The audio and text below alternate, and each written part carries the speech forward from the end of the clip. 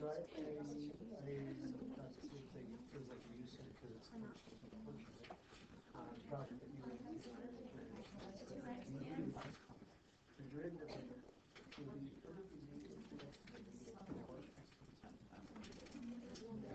I have I guess there's no way to do that. So D you said just totally failed because the D that I would have to have substituted so that person D sub is idea, but so what else can I do? Well, that actually goes to the first thing. First thing before you sub is can I make my life easier by just doing small? What are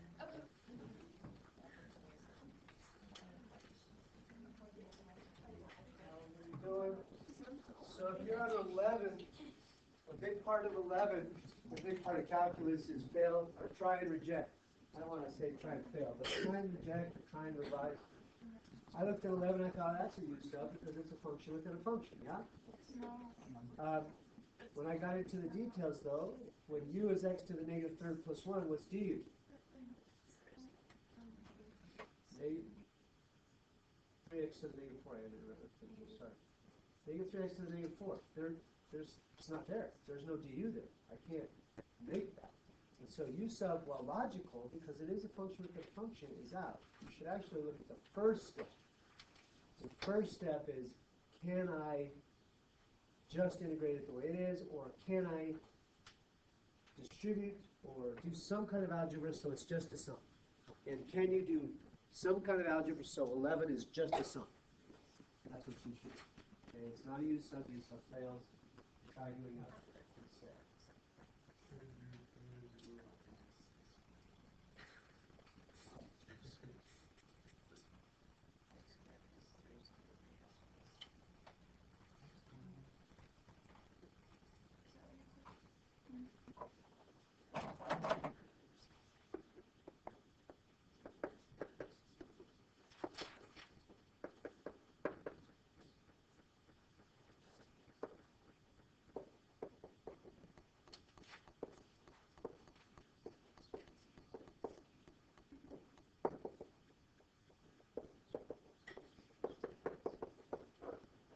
You get sine of the fifth plus c for the first one, for pi.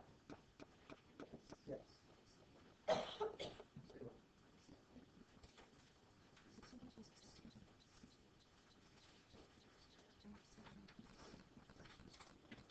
Yes. Now, how else are you going to get that besides U sub? So, the U sub, the biggest use of U sub is a chain rule. So that problem, it came from probably a chain rule where sine was normally there, and the cosine came about next to the normal inside. So U sub deals with that. When you use sub, that it becomes more of a clean integral, and you'll see that when you get, for example, if you just check this, it doesn't sound like you can see it. Phi would come down, sine down 3/4, but then point to the inside. When you get that, one looks like you're doing the other, that's like a rule.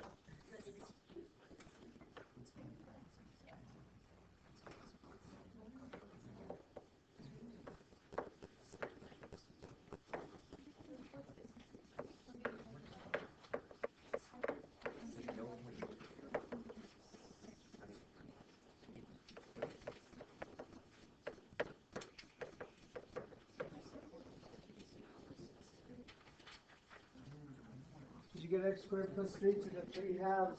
Let's see for the second problem, 6. Yes. Okay? Boom. What do you do this to?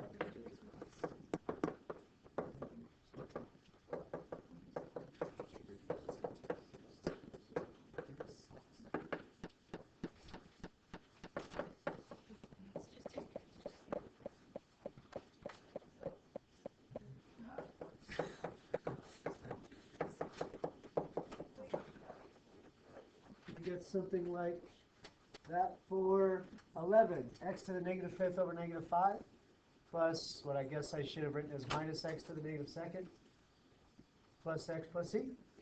Hey! And the last one is a u sub. It is not. What should you do?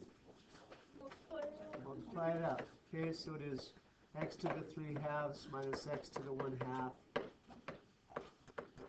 The more strategies you get, the more you have to realize their strengths and weaknesses and when it's appropriate to use them and when not. And you'll get it. Okay? Okay. Let's move on to optimization. Boom. Never mind. This is in the wrong order. Okay. So, a huge use in calculus, and many business schools require you to take business calculus, right? I reckon you could probably have a fine business without knowing calculus. My dad has a garage and he doesn't know jack nothing about calculus, and he's doing just fine. But especially on a large scale, little decisions guided by calculus mean millions of dollars in difference, okay? So let's talk about some cases where calculus could be used for business. Optimization is the grand theme of that, but one of the biggest focuses of business calc is this optimization. So here's an idea. You start your own business. You're making t-shirts, selling them at flea markets or whatever, open air markets, all right? First day you set your price at $15 and you find that you sell 40 t-shirts. After manipulating the price, you find that every time you increase the price by $1, well, you sell 2 fewer t-shirts. Now what's the give and take to that? Why would you increase the price? You make more money on each shirt. So what's the drawback? Sell less shirts. Now there's got to be a fine point in there where you set the perfect price, where you're getting good money and you're still selling a lot of shirts, but at the extremes, I think you'll agree that if you set the price at 0, you might sell a lot of shirts, but you're going to make nothing. Likewise, if you set the price too high, you'll be making a ton per shirt, but you'll sell nothing. And so somewhere between these two zeros is a high point in revenue, and that's what you will look for. All right? Now then, let's consider this in a calculus. Now we could easily do this in a table way, and a layman without a calculus background probably would. So imagine then if the price was $10. Actually, let's go for this one. Let's start here because we know this case. And the price is $15. N stands for how many sold? Number sold. How many you sell? 40 from the given, yeah? It says when you set the price at $15, we sold 40 t-shirts. You with me? That's just coming from the information given. What's the revenue at that point then? How much money did you take in? I'm not talking profit. Remember, profit is revenue minus expenses. I'm not getting into expenses. I'm just saying, how much did you take in? $600. All right.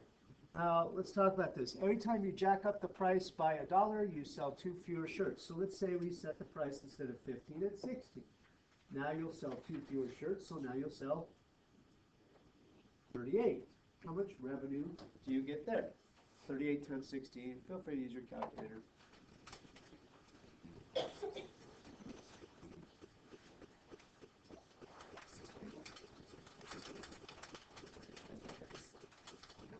$16 times 38, $16 per shirt times 38 shirts is 608. Okay? All right, so it seems like that paid off to jack up the price by $1, yeah? All right, about $17. Now we will sell how many? 36. How much revenue do we collect? 604. Stop mumbling. There you are. Stop mumbling. Slip straight. That's Canadian nowadays. All right, 612. $18. If you put it $18, you're only going to sell 34 bucks. How much do you make altogether? 612. Okay? Same, either way. Now, you might start to feel for what's going on, but let's keep going. 19 at $34 is or sorry, $19, how many sold? 32. How much can we get from selling 32 shirts at $19 a piece? 608. First of all, notice that it's coming down. Second of all, notice there's symmetry to this. And you'll see when we get the math equation of that why that'll be logical. But the next one, you could keep going and you would see that not only is it decreasing, but now you can see that it's decreasing faster. It decreased by 4, then it decreased by 8. What must the graph look like if the changes are decreasing? If the changes are decreasing, the slopes are decreasing, which means the first derivative is decreasing, which means the second derivative is negative, which means the function is concave. Okay, all that is deduction. All right. Notice number depends on price in a linear way. Number depends on price in a linear way, not revenue. Number. Okay. Number depends on price in a linear way. If I asked you to write the equation for number as a function of price, if it's a linear way, then that right there says, so it's the old y equals mx plus b, or the old point slope form, yeah? Now this one is probably easier to, actually I don't care which one you use, whichever one you want. So do you have a preference, slope intercept or point slope? Point slope, you have now been thoroughly calculusized. If you said point slope instead of slope intercept, now you are calculus student. All right, I'm down. What about variables now? Obviously there's no x and y here, so we need to identify what plays the x, what plays the y. So first of all, the two variables I'm talking about are numbers sold as a function of price, which is the independent variable, or that which you get to choose. Right. You get to sell, you just set the price. Do you agree? I don't get to control on how many to sell. I get to set the price, right? So does that make price x or y? X. All right. So price is x. It's the independent variable. The dependent variable, or the response variable, is the number sold, which would mean it would be y. So in this case, then I'm feeling more like number minus number sold case, slope, price minus price sold case, right? So I go linear, and then I say, okay, what about the variables in this problem? And now let's talk about the details. The best point to work with, not to show lack of faith in our ability, but the best point to work with is always the one that's given, because that's the one you can have most confidence in. So we know that when the point being instead of x, y, we're talking price number, the point that we're most confident in is when the price is 15, we sell 40 shirts, all right? So that tells me I could go number minus 40 equals m times p minus 15. Cool? Right? Now let's talk the slope. The slope is change in y over change in x. But in this case, change in y means change in n, and change in x means change in p, or how the number sold changes with price changes. And that is, number sold changes by 2. Is that an increase of 2 or a decrease of 2? Negative 2 for every increase of price in 1, so that makes it positive 1. All right? So my complete equation is number sold minus 40 equals negative 2, price minus 15. If you like, you can move the 40 over. And to really have a solid understanding of it, let's just think how this works, okay? I would take whatever you priced it at and subtract from 15. Now this then would represent how many dollars I've jacked up the price by. This difference, right? Every time I've jacked up the price by 1, I will lose 2 shirts. So I'm going to take 40 base numbers sold, reduce 2 for every dollar price increase. That's what this is all doing. It all has logic behind it. It's not just a bunch of symbols. You understand? Do you understand? Yes. Okay. All right. That answers the question, though. It says write the equation for number sold as a function of price. There it is. It's a linear relationship. All right.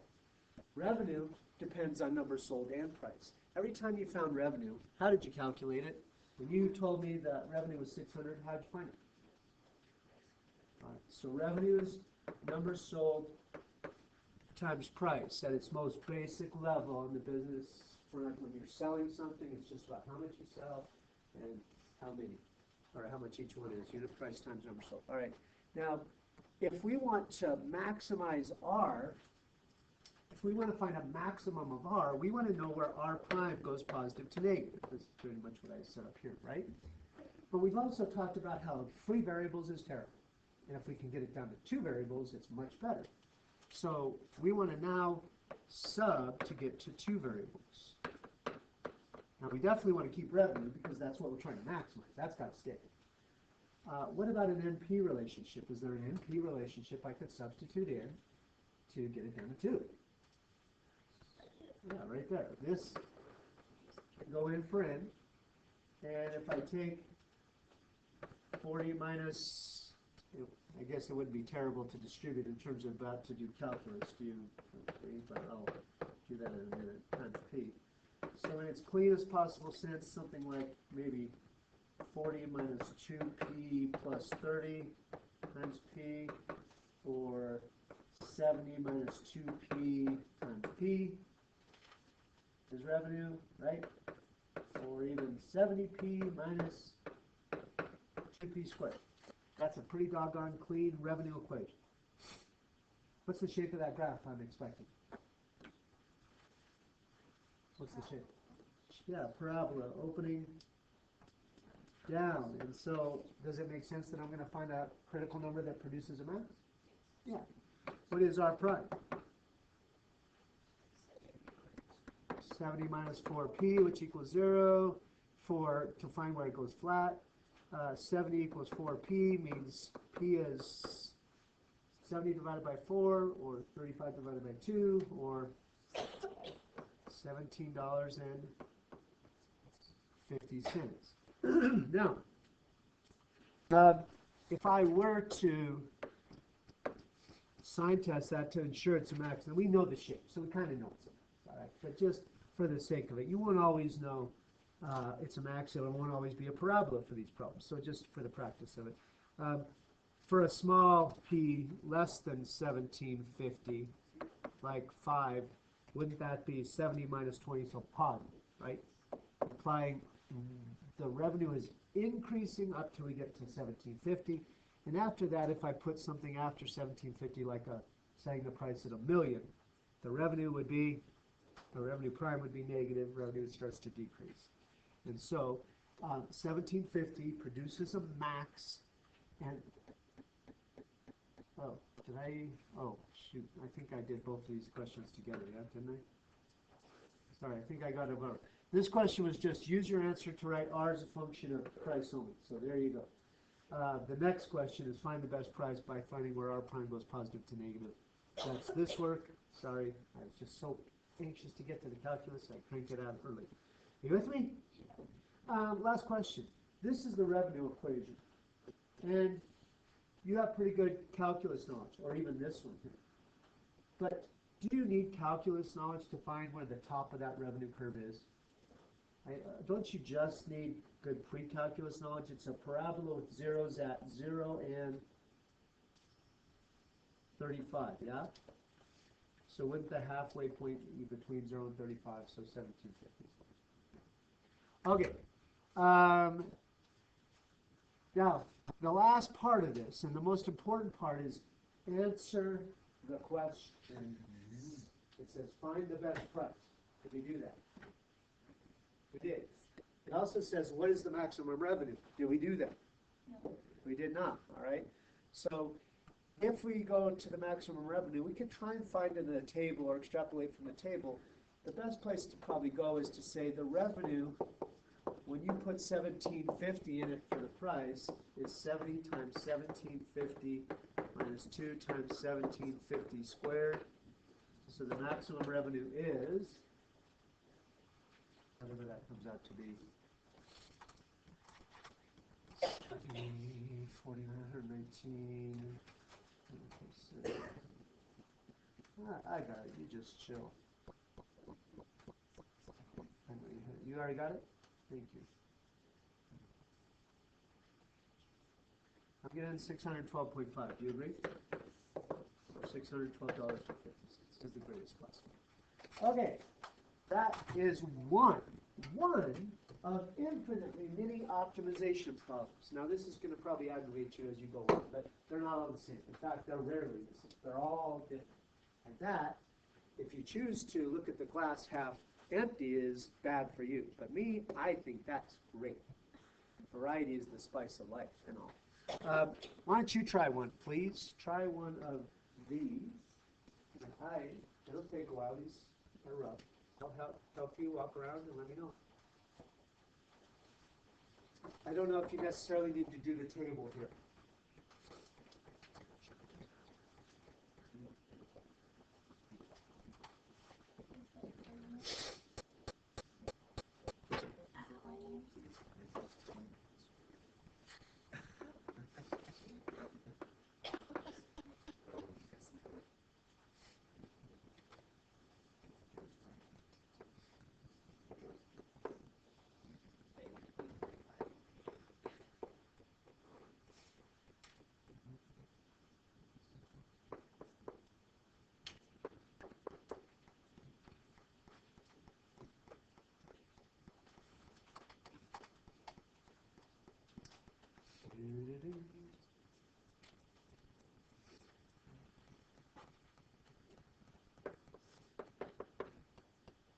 That feels that's going the wrong way, so I'm going to go this way.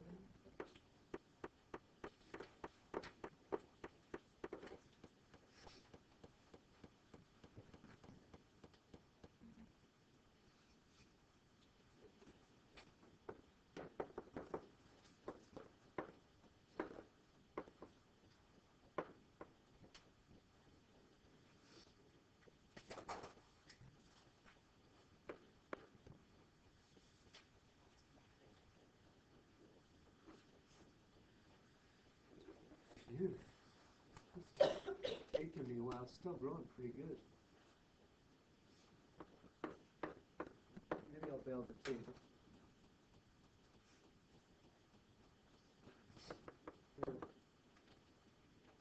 Here. It's taking a while. I think I'm going to blow up the table myself.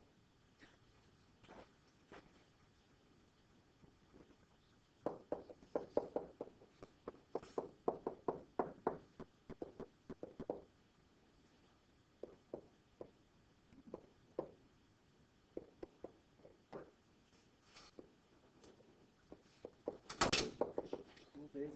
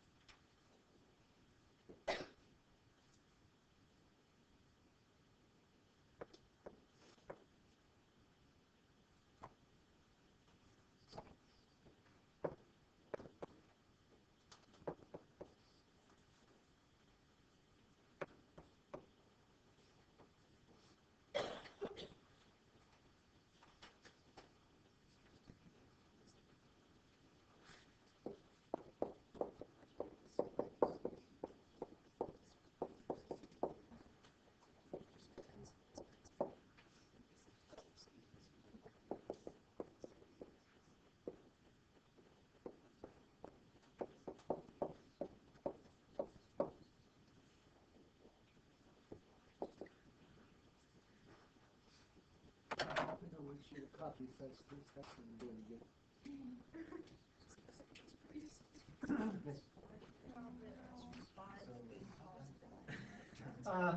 That's a good question. It's really, you're right. It should have been probably 0.05 over positive 10 versus increase the price and lose 10, but sign-wise, it'll always come out one positive, one negative.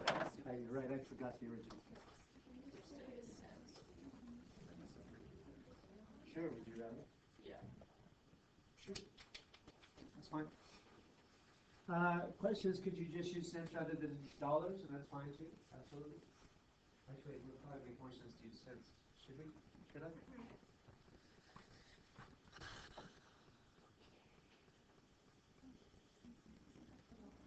At least you won't have that decimal stuff, so I feel like that's.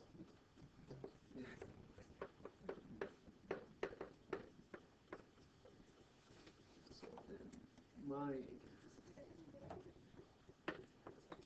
slope will be decrease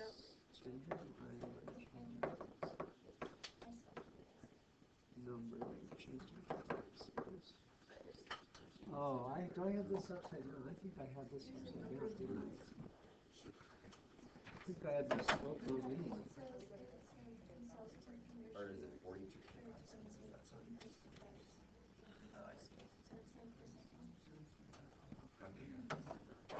So the slope is often the hard part. Changing whatever changing x means changing number.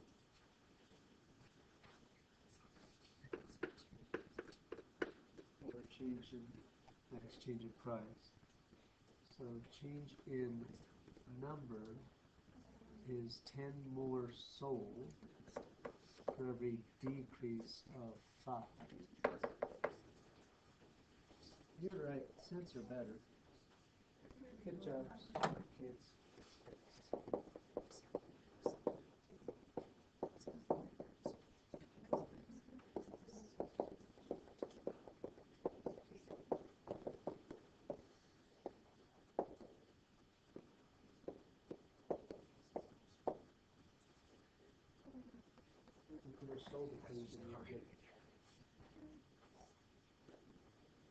What?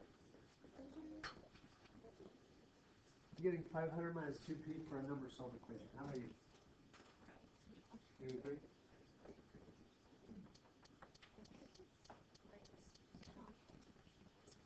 Did I make a mistake? Yes, that's right. You did not make it. 4p. It's entirely possible I made a mistake. What would you get then?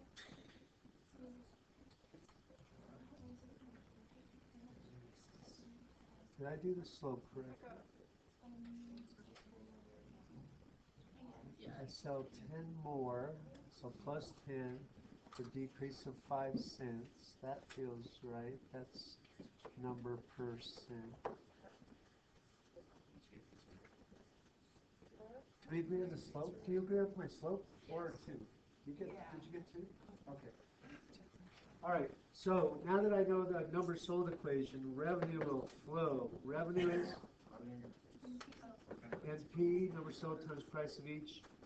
500 minus 2p times p is 500p minus 2p squared. Yes, again, I could use a downward opening parabola in the shape and the zeros, but I'm going to go a little calculus. R prime is 500 minus 4p. If that equals 0, then p, r prime will go positive to negative at 125 cents, or $1.25. He should set the price at $1.25, or she should set the price at $1.25. You with me? Yes. Okay. What's Sturgis? Anybody? What's that? Sturgis? Nothing means nothing to nobody? That's All right. Sturgis is the biggest motorcycle rally in the country. It's huge. It draws like tens of thousands of bikers, Harley ride, whatever. That's my never mind. All right, let's go something else. When I was at CU, the biggest canner in the world, bulbs. If you ever look at one of your can, like a soda pop can, the biggest canner in the world is in Colorado, and they came to recruit math and sciencey people for their engineering department. At any rate, the idea that he talked about was this: they're constantly trying to produce the best possible can. Okay? This not on your cookie? no, it is, but Did I not answer the question? no, you did not answer. Oh, see? Lainey's on her game. I did not answer the question. The question was, what's the maximum revenue? I didn't find that. I found the price that maximizes revenue. So, question is, where should we go to put in that 125? Should I go back to NP? The best place is probably to go to P only equation, so one of those two kind of things. Maybe 500 minus 250 times 125. 250 times 125 is something 625, 3,000-ish. It should be some number that starts with 3. Are we talking? 3, 1, 2, 5, 0. It's like you never learned place value. And is that cents or dollars? Cents. And so dollars, you would say $312.50. Okay, that seems like it's in line with what I'm saying. All right. Sorry. Thank you, lady. I forgot. Okay, so this can. This is this. Okay, so the can. The material to the sides is different than the material to the top and bottom for structural integrity's sake. Also, if you ever notice, the can actually has a dome to the bottom. That's for physics purposes, but we will just pretend like it's flat, okay? Now then, that said, we're making a can, the top and bottom to be stronger. The cost of the sides is different. It doesn't need to be as strong or higher gauge metal. Given the cost per square meter on the side material is 1 cent, so that's 1 cent per square centimeter. And the cost of the top and bottom is 5 cents per square centimeter. How will you make a can that holds 1,000 cubic centimeters in order to get the cheapest possible can? You need to hold 1,000 cubic centimeters. That's a given. The customer said it's got to be a liter. But now you have to figure out, how shall I make it, given that the cost of the sides is different than the cost of the bottom? I want minimized costs. Now the very first, these, like I said, these are all different. So you have to try and find what's a common way to do this. Now, first thing you ask about is, what are you trying to optimize or maximize or minimize? And I know it feels like you're saying, I need to minimize the surface area. And that's just not true. What are you trying to minimize? Try to minimize the cost. And does that relate to the surface area? Yeah. But is it the same as the surface area? No. Okay, so you need to minimize the cost. Great. Now, obviously, you can't minimize jack nothing if you don't have an equation for that thing. So after you said I need to minimize cost, you need a cost equation. You can't take a derivative out of an equation I don't have. Now, I would look at this and say, all right, let's break it into cases. I know that the top and the bottom will have their own kind of cost structure, and the cost of the sides will be something else. I start general, the more complicated the problem is, the more I start with just little baby steps, so I don't get overwhelmed. I can't do it, okay? I can do that. I know that much, right? Now let's talk cost of the top and the bottom. What are the two components to figure out how much the top and the bottom would cost? Give me one thing that goes into how much the top and the bottom will cost. What? The area itself, okay? I need to know how much area in the top, in the bottom. What else will I need to know? What about the money component to it? The cost what? Yeah, the cost per. Okay, it's the, that's what you said. If you talk about the cost of the top and bottom as 5 cents per square centimeter, that's great. But to get the total cost, I need to find that 5 cents per square centimeter and multiply it by how many square centimeters I have, right? So I would try something like units help me a lot. So 5 square centimeters per, 5 cents per square centimeter. And then to make that a cost function, I would have to cancel out square centimeters. So I'd have to multiply that by the area in square centimeters. So that then would give me cost for the top and the bottom. Check. For the cost of the sides. Again, it's 1 cent per square centimeter. That's great. Then I would have to multiply by how many square centimeters I have. So the area in square centimeters. Okay, we're getting there. 5 is fine. Now let's talk area. What's the area of the top and the bottom? 2 pi r squared. What's the area of the side? I remind you, the area of the side is, if you were to cut it and unwrap it, side is a rectangle, right? What's the bottom edge? If you think about what it was before you unwrapped it. The bottom edge is the circumference, so 2 pi r or pi d. Let's use 2 pi r because we want to use r's only. And the height is the height, yeah? All right. So we're looking at 2 pi r h. Boom. Cost equation done. 10 pi r squared plus 2 pi r h. Beautiful. Right? Now, before I go to minimize cost, I'm looking at 3 variables there. So what do we typically do if we have 3 variables? Yeah, you want to sub in. You need to sub some kind of other relationship. In this problem, what's another relationship besides the cost? There's one other thing they tell you about the parameters, what's condition. The volume. You know the volume condition. The volume condition is that the volume, which is pi r squared h, needs to be 1,000. Now, it's up to you which sub for. Make your life easy. What do you want to sub for? Solve for and sub for. All right, so I'm down. H is 1,000 over pi r squared. If I substitute that in, cost is 10 pi r squared plus 2 pi r times 1,000 over pi r squared. Cost is 10 pi r squared plus 2,000. The pi's divide away. Let's call it r to the negative 2, so our power rule will be easy to do. Are you with me? Are you with me? I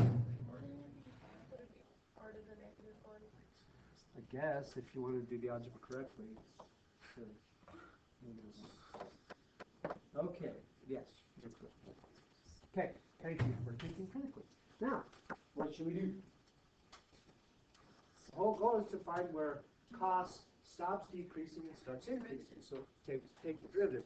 Now, it's pretty common that people get these confused with related rates. So let's be clear. There's no time component to this. The can is not changing with time. You know, it's not like the can is expanding.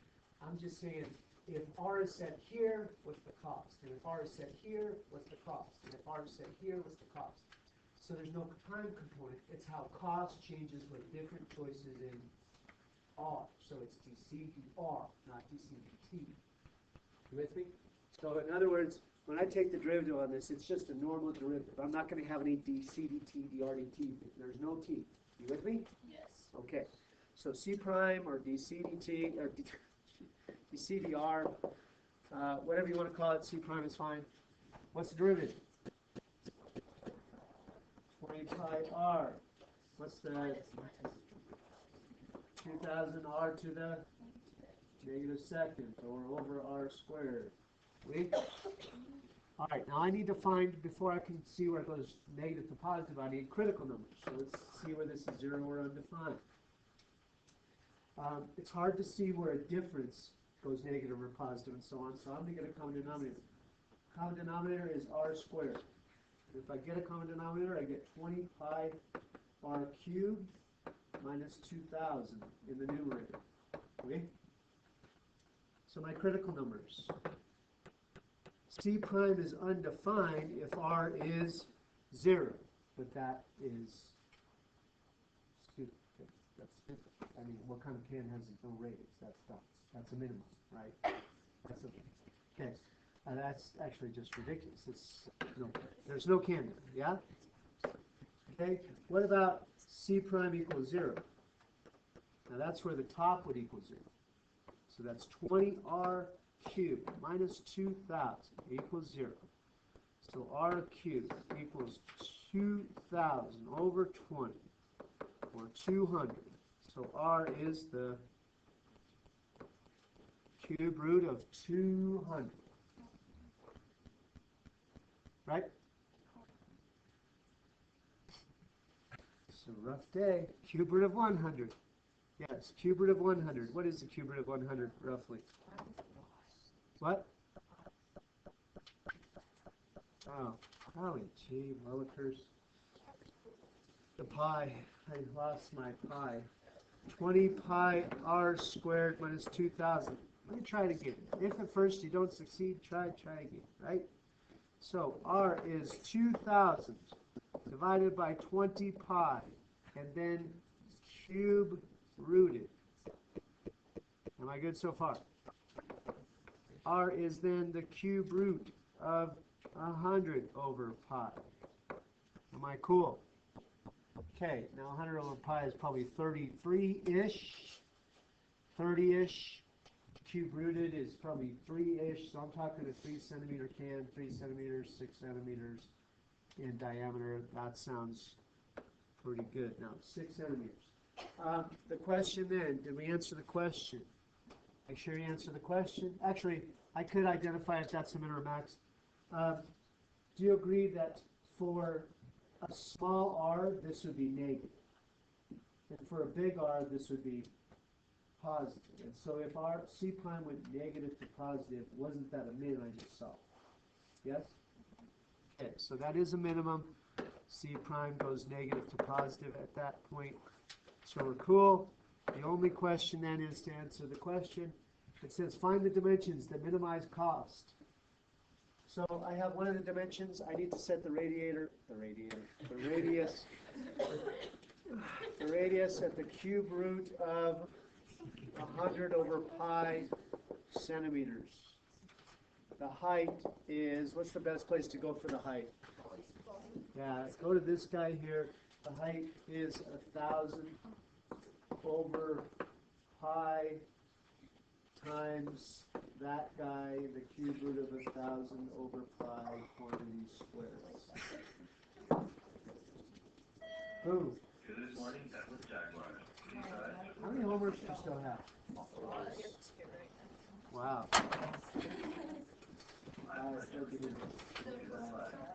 United States of America, and to the republic for which it stands, one nation, under God, indivisible, with liberty and justice for all. Okay. Students, there are 2 tables in the front lobby with lots of Oh, we're still not even done with the notes? You specified your lost access time contact will be donated Friday after school. Ah. I might have to take it in a day. I could. You say please. In an orchestra, students who want to part the musical current and play the there will be 3 inspirational meetings Monday, November 5th after school. You will meet in the drama room in the senior hall. All right. We'll finish the notes tomorrow. How does that sound? Could we also do Okay, work day tomorrow. So this homework will be due Monday. The other 2 homeworks you do tomorrow, so you better get on it if you didn't do them. Are you a basketball fan? Today, Kentucky University will host the new arena with over 3,000